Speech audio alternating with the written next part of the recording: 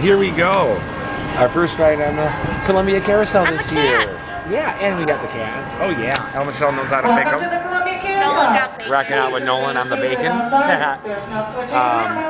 Yeah, so the carousel starts off with a ride start sound, and it's the first 4 notes of the carousel. So if you're here, don't think the park is closing. And yeah, there's also new floor with no carpet. The pigs are still very bouncy. Still bouncing along back there on the pigs.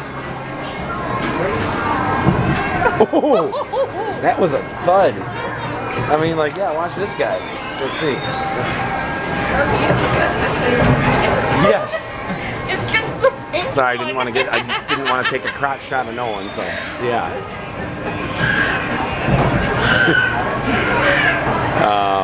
Yeah. Yeah. You can't go wrong with the bench. Random hole in the floor, even though there's no animal there. So yeah. Finally got on the carousel today. Woohoo! It's a little bumpy. I feel a little. How about you? That's not bad. Not bad. Oh, that's good. Not as bad as that pig back there. Good.